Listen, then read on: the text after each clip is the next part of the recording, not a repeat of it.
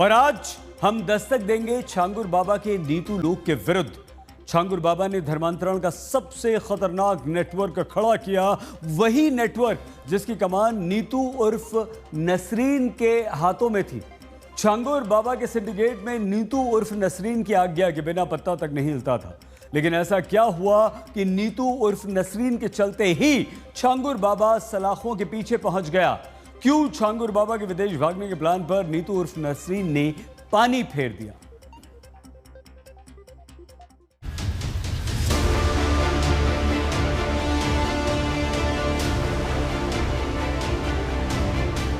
आप कहिए कि आप नहीं बना पाएंगे। प्लीज अब आप चलिए, उठिए। आप कहिए खाली वो कहा सुनो और तो एकदम हो तो ठीक है। छांगुर बाबा की गर्लफ्रेंड ने खोला बड़ा राज। छांगुर एक गैंग का सरगना है। राजदार नीतू उर्फ नसरीन का कबूलनामा। 2019 में हम बाबा से मिले, छांगुर पीर बाबा। छांगुर बाबा के मायाजाल का तिलस्म टूटा और उसके एक बड़े पापा पाकिस्तान में रहते हैं। काले साम्राज्य के कोडवर्ड की चाबी मिली। महिलाएं थी, उनका ब्रेन वॉश किया जा रहा था, उनको डाइवर्ट किया जा रहा था। छांगुर बाबा के गुप्त लोक में खुफिया कैमरा।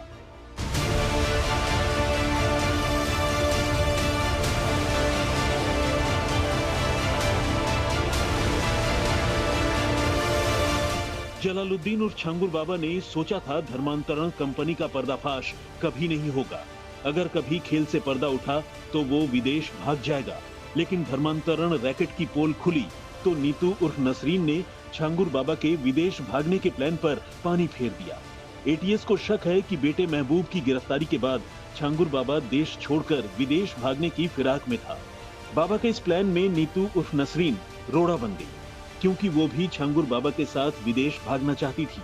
यही वजह है कि नीतू उर्फ नसरीन पूरे 81 दिनों तक छांगुर बाबा के साथ लखनऊ के होटल में अंडरग्राउंड रही, जहां से एटीएस की टीम ने दोनों को गिरफ्तार किया।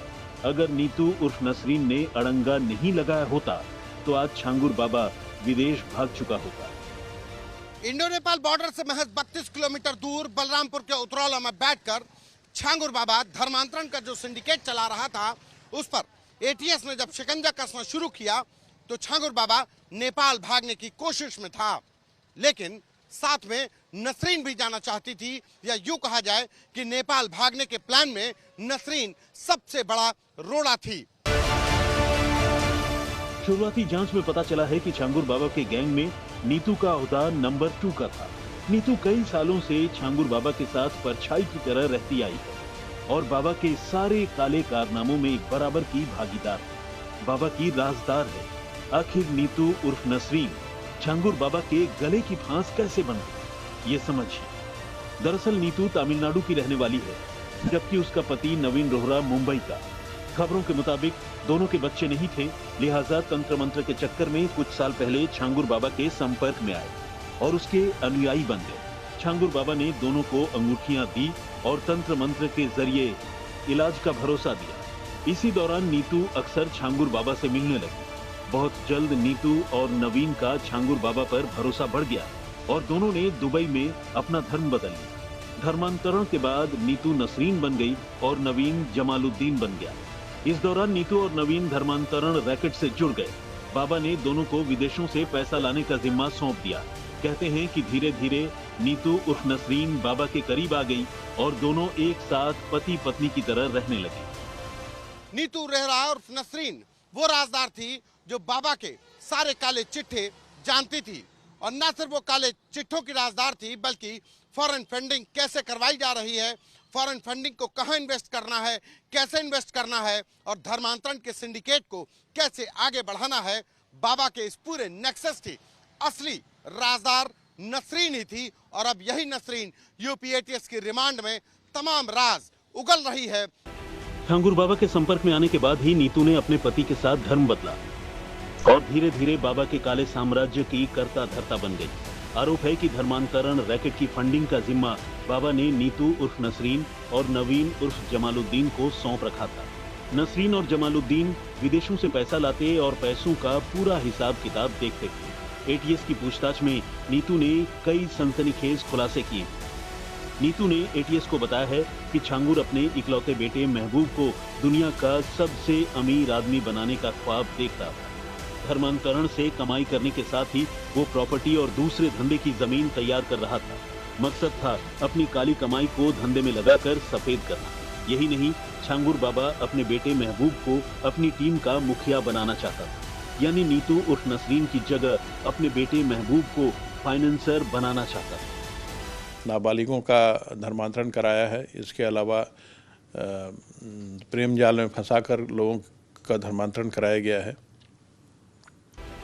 पूछताछ में नसरीन ने जांच टीम को बताया है कि हिंदू लड़कियों को फंसाने के लिए छांगुर ने आजमगढ़ में अपने भतीजे सबरोज को उतारा था। सबरोज ने 4 गुर्गों की टीम बना रखी थी। इसके अलावा औरैया में मेराज नाम के गुर्गे को धर्मांतरण रैकेट की कमान सौंप रखी थी। पीड़ितों का आरोप यही है कि छांगुर बाबा के धर्मांतरण रैकेट की मोडस ऑपरेंडी बहुत खतरनाक है। आरोप के मुताबिक छांगुर बाबा ने अपने सिंडिकेट में कई मुस्लिम लड़कों को नौकरी पर रखा था। वही लड़के जो हिंदू बनकर लड़कियों को अपने प्रेम जाल में फंसाते थे। मकसद होता था लड़कियों का धर्म परिवर्तन करवाना। यानी छांगुर बाबा लव जिहाद की मदद से धर्म परिवर्तन करवा रहा था। छांगुर बाबा के धर्मांतरण रैकेट में जाति के हिसाब से रेट लिस्ट तय थी। खास बात यह है कि छांगुर बाबा नाबालिग लड़कियों का धर्म परिवर्तन करवाता था। ब्राह्मण, क्षत्रिय और सिख लड़कियों के धर्मांतरण का रेट 15 से 16 लाख रुपए था। पिछड़ी जातियों के लिए 10 से 12 लाख और दूसरी जातियों की लड़कियों के लिए 8 से 10 लाख रुपए वसूले जाते थे। यानी पूरी प्लानिंग के साथ जलालुद्दीन उर्फ छांगुर बाबा धर्मांतरण का सिंडिकेट चला रहा था। फ्रॉड करके मेरा निकाह कराया गया था। फिर निकाह के बाद ही मेरा शोषण करना शुरू हुआ, क्योंकि उनके रीति रिवाज धार्मिक हिसाब से मैं नहीं रह रही थी। मैं अपनी आस्था के अनुसार रह रही थी और उनका उद्देश्य देश को इस्लामिक मुल्क बनाने का है। शुरुआती जांच में पता चला है कि छांगुर बाबा भारत को इस्लामिक राष्ट्र बनाने की बातें किया करता था और इसके लिए सैकड़ों मुस्लिम लड़कों की फंडिंग कर रहा था, जो लव जिहाद के जरिए धर्मांतरण करवा रहे थे। ये जो अमाउंट आता है हवाला के जरिए से आता है, ट्रांजैक्शन हुए नेपाल के जरिए से आता है। नेपाल का बहुत बड़ा इसमें सहयोग रहता है, वहाँ से आने जाने का, पैसा लाने का। हवाला के जरिए से लखनऊ के अंदर मैंने जगह बताई है एसटीएफ को, किस जगह से पैसा आता है, कहाँ से लिया जाता है, कैसे ट्रांजैक्शन किया जाता है, कैसे डिस्ट्रीब्यूट किया जाता है। मैंने पूरी डिटेल उनको दी हुई है। इन पीड़ितों का आरोप है कि छांगुर बाबा को ये विदेशी फंडिंग भारत को इस्लामिक राष्ट्र बनाने की मुहिम के लिए दी जाती है, जिसमें छांगुर बाबा ने देश के 579 हिंदू बहुसंख्यक जिलों में ये अभियान चलाने का प्लान बनाया था। इन जिलों में हिंदू लड़कियों को मुस्लिम बनाने के लिए 2000 से ज्यादा गुर्गों को तैनात किया गया था और उनमें 1000 मुस्लिम लड़के ऐसे थे जो कथित तौर पर लव जिहाद के जरिए लड़कियों को अवैध धर्मांतरण के दलदल में फंसाने का काम करते। ना हो आप कह दिए कि आप नहीं बना पाएंगे ये। प्लीज साहब आप चलिए, उठिए। आप कहिए, आप कहिए खाली वो कहा तू सुनो और तू एकदम हो तो बना ले। ठीक है, ठीक ठीक है, जाओ जाओ रेस्ट करो आराम से। जो कहता मुझे बनाई ली। एसटीएफ की जांच रिपोर्ट की माने तो बलरामपुर और आसपास के जिलों में उसने पुलिस प्रशासन एलआईयू के कुछ अफसरों को मुंहमांगी कीमत देकर खरीद लिया था। इसी वजह से उसका विरोध करने वालों पर मुकदमा दर्ज कर लिया जाता था। बाबा के गुर्गे विरोध करने वालों के साथ मारपीट पर उतारू हो जाते थे और बाद में पीड़ित के खिलाफ ही मुकदमा दर्ज करा देते थे। यानी छांगुर बाबा पूरी प्लानिंग के साथ धर्मांतरण रैकेट को ऑपरेट कर रहा था। बलरामपुर से संतोष शर्मा के साथ आज तक ब्यूरो।